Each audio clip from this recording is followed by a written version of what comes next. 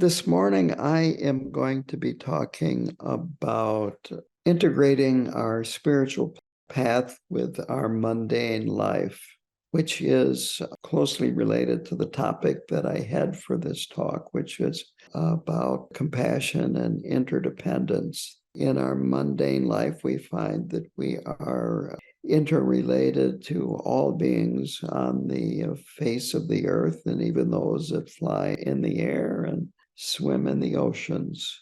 And they are not separate from our spiritual practice and our spiritual life. I'm going to start out by paraphrasing Galwan Karmapa. He said, compassion turned inwards is renunciation of the causes of suffering. This renunciation doesn't mean that we cut ourselves off from the world around us. Spirituality is about our motivation, what's going on in our heart. So spirituality is about understanding this interdependence that we have with the planet, and as I said, with all beings that are on the planet. And it's about observation, observing how we are affected by others and by our environment and how we affect others. And it doesn't matter, actually, if you're a Buddhist or a Christian or an atheist. Direct observation is extremely important in understanding our place in the world, especially in the West, but more and more throughout the world. A lot of people depend on science to examine the outer world. And that's good up to a point. But science won't give us ethics. It will just tell us how things work, how to accomplish things in the material world. And a lot of times what it tells us how to accomplish can be quite destructive.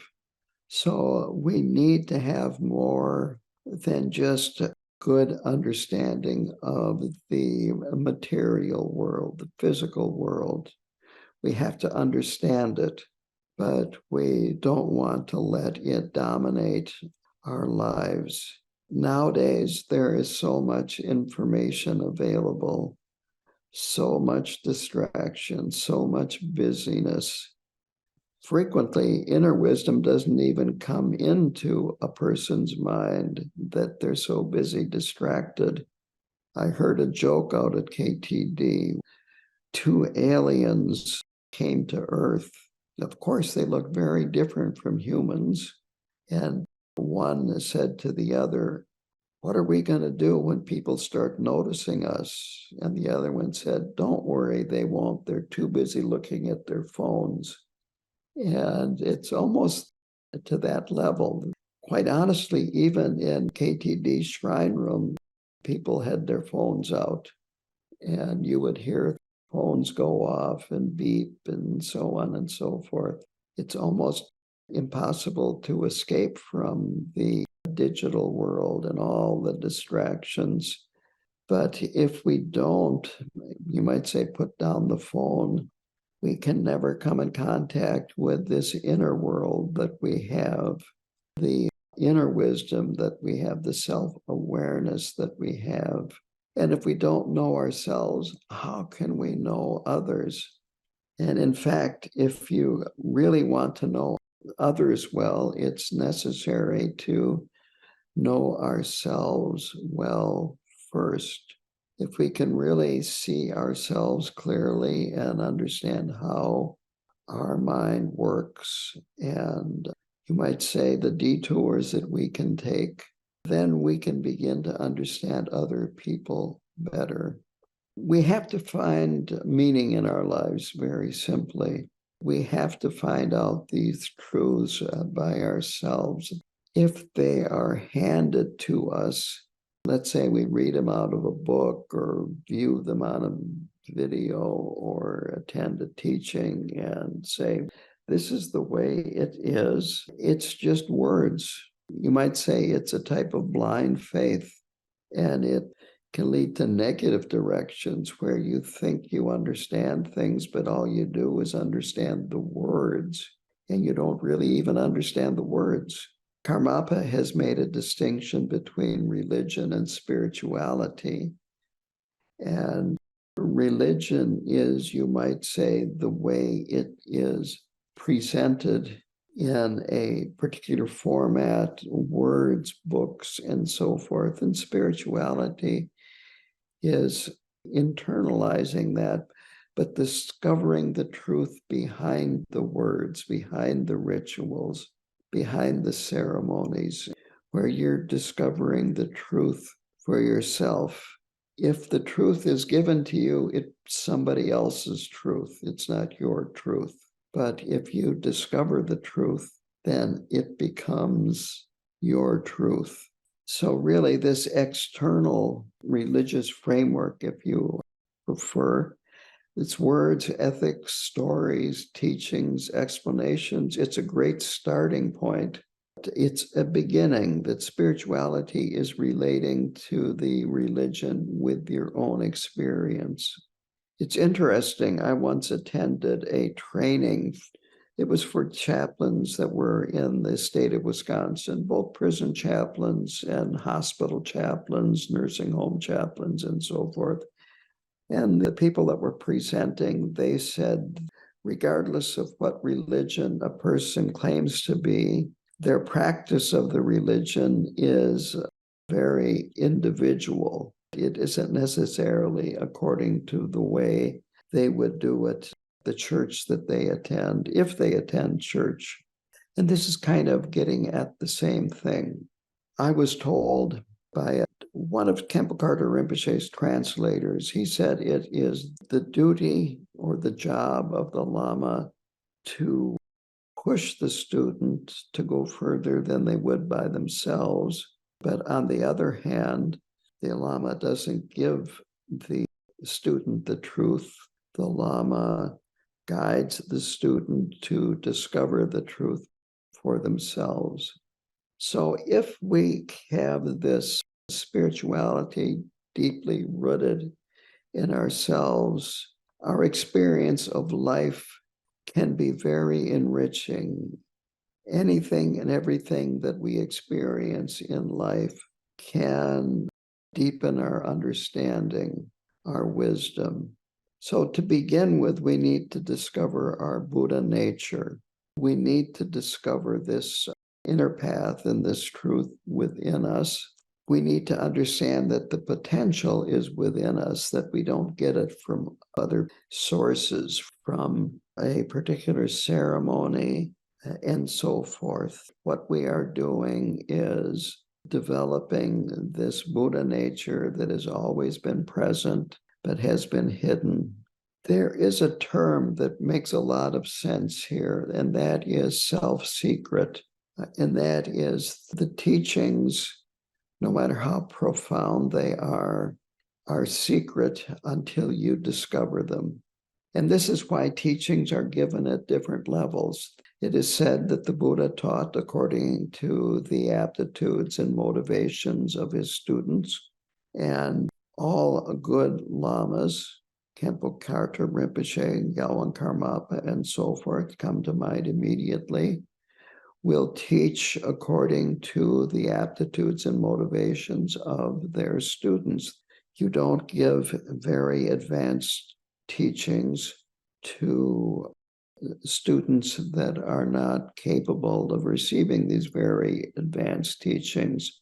When I was in 3-year retreat, Rinpoche gave teachings, and they're restricted to people that attended the retreat or have attended subsequent retreats. They are not available to most people. A good example of this that I like to use, and this is my own example, is, let's say, the works of Shakespeare. You can read them and you might understand the words. You might have to look up in the dictionary some of the words that he uses because it's a whole different meaning for many of these words. But as you study Shakespeare and understand a little bit of the historical era that he lived in and the references that he is making and so on and so forth, the meaning of the words of Shakespeare gradually comes to the surface and you begin to understand better. So it's like that we can read a book like Dharma Paths, read it from beginning to end, and 2 years later reread it and go, oh, I didn't get that the first time I read this, and start seeing it at a deeper level. And you come back maybe 5 years after that again and see more in there. Not because the words are different, but because your understanding is deeper. This act of discovery is a great transformative power.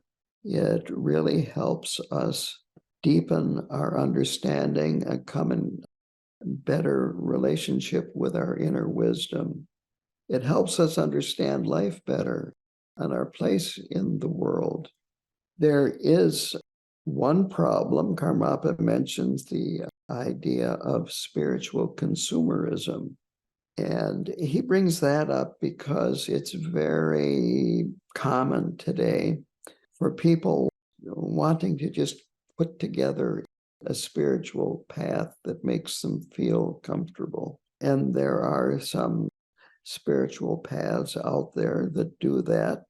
And some people want to put things together, take some from here, take some from there. In other words, they don't want to have a teacher. They don't want to follow a tradition of any kind. They just want to put something together themselves and, you might say, please their ego and not have a teacher. In Buddhism, it's very important, the role of a teacher. A teacher is your spiritual friend. A teacher will guide you and tell you when you are going in a direction that is problematic and encourage you to follow the path. Now, the qualities of a teacher are a good person, knowledgeable, good-hearted, one that has affection for you. And you have to decide this. And a really good question to ask yourself is, are you learning from the teacher? And a good teacher will be able to teach you. So you need a process of examination and also some trust. And that trust allows you to open up to the teacher. You have to let the teacher get to know you, your faults and all. It's difficult for us to open up to the teacher as opposed to presenting ourselves as, you might say, free of our faults, which we don't want to admit even to ourselves. Trust is a two-way street too. We need to develop the trust of the teacher, that the teacher trusts what you are presenting to them, that you are sincere. To go beyond that, the next step is, of course, the community, whether you call it the Sangha or your group of friends that are not Buddhist, that it's very good to pay attention to the people that you spend your time with.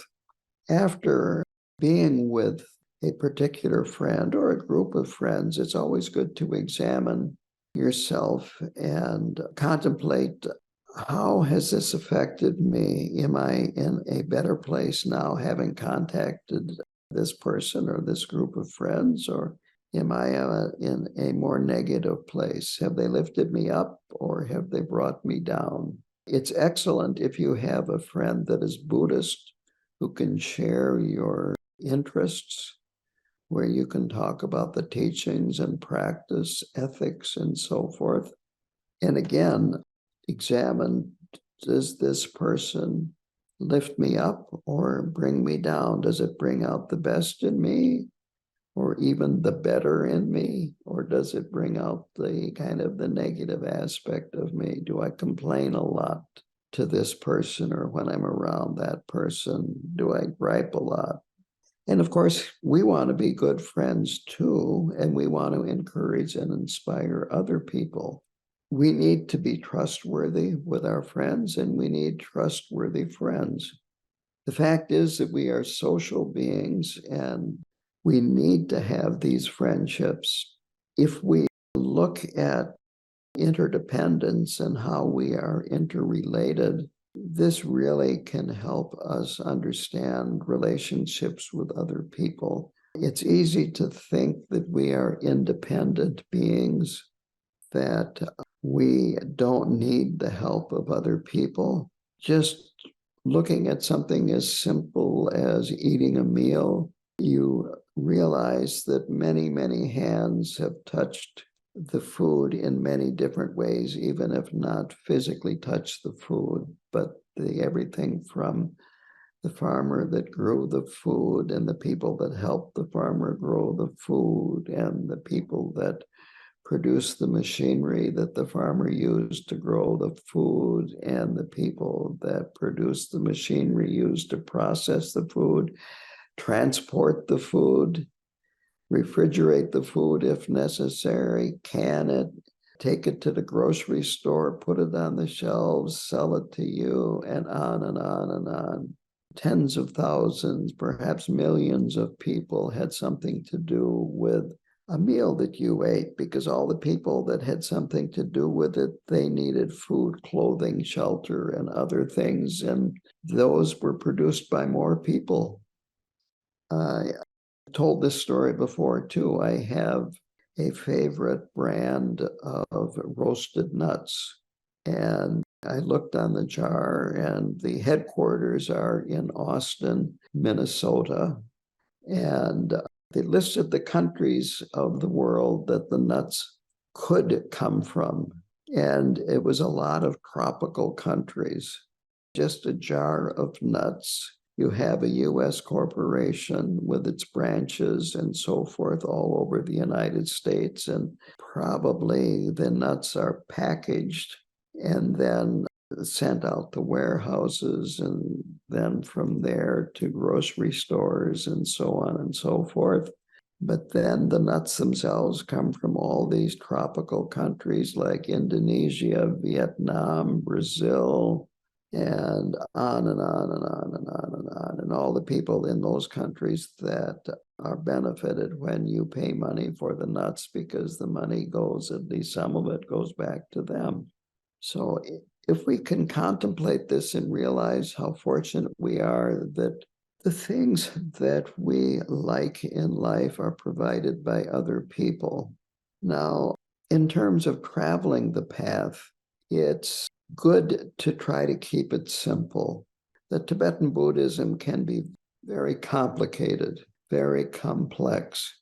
When you start doing visualizations, deities that have a lot of features, have a lot of ornaments inside them, they have seed syllables, and on and on and on. This is why we start with meditation, because we need to calm our mind down and have our mind settled before we're really even ready for these complicated deity practices and visualizations. Here at our center, we've been doing Chenrezig and Amitabha. We do that together, but when you are at home, if you are doing a deity practice, it's good to just keep it to one, to keep it simple, rather than try to do a lot of them. I'm trying to think of who it is that said this, but it was one of the Indian masters that came to Tibet to teach the Tibetans various Buddhist practices, and he said that the Tibetans practice all the deities and realize none of them. The Indians practice one and realize all of them. The essence of the deities is the same, and you don't have to practice all of the deities or even a multitude of the deities, that it's good to focus on one. Also, it's always good to continually check in with your Lama to make sure that you are practicing correctly, and to feel free to ask any questions that you have. When I started out on the Buddhist path, it was with Chogyam Trungpa Rinpoche's Sangha, and every time they did a weekend program, and they did weekend programs frequently, you were required to have an interview with a meditation instructor and go over your meditation practice. And so KTD doesn't do it that way. But it is always good to check in to make sure that you are doing things in the most efficient way. It's good to avoid being too serious. This might seem a little strange. If you get too serious, you can become self-righteous. You might be expecting too much. And when you have a lot of expectations, high expectations, and nothing spectacular happens, you kind of burn out, you drop it, and you disappear. And it's also good to guard against becoming dogmatic, thinking that this is the way things are. There's a lot of different ways to explain the Dharma, and sometimes, again, it's according to the aptitude and motivations of the beings that are being taught. And what may seem like this is exactly the way it is at another level, it can be different. Or if you're just looking at it from a different angle, it can appear differently. It reminds me of a picture that I have. And you see that how something appears is always a matter of perspective. So from one perspective, it's square, and the other perspective, it is round. And when you look at the objects, it's a cylinder. So all three are correct answers. How about that for clarifying things? And one last thing is when you are practicing together, I have seen this happen more than once, is you have a number of people in the shrine room. Some know a lot, some think they know a lot, and some say things that are, let's just say, it would be better if they didn't say them. I have had people in my center come here, especially newcomers, and tell others that I'm a bad lama and that they should go to a different lama. And even if the lama is a bad lama, well, maybe you shouldn't be there. And it's not good to talk about lamas that way in the shrine room. Bad karma isn't a good way to put it. So another problem is doubt. Some people come to the Dharma and their mind is made up in advance, and they're just looking for ways to dismiss it and not pay attention to it. And now, obviously, you're here and you will not have that problem. But the other is receptive doubt, and that is you're still not all that open, that curiosity is necessary. It's important that you want to know more. If you're going to grow spiritually, you have to have this curiosity and desire to know more.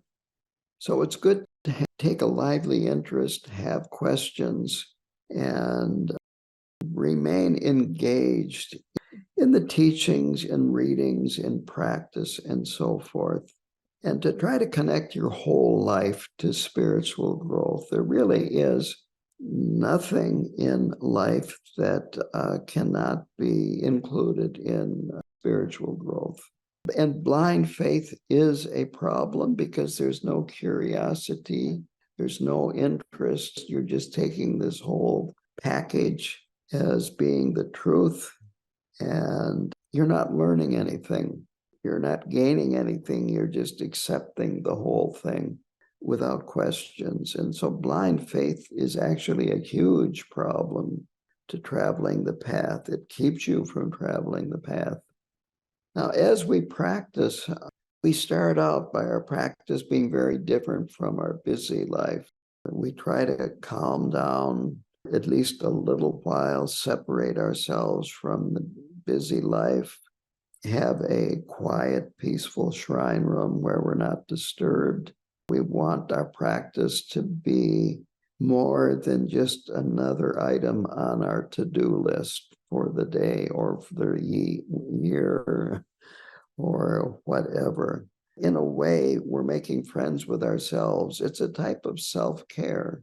One Lama told me while I was out at the Mon Lam that the Buddha is the ultimate physician.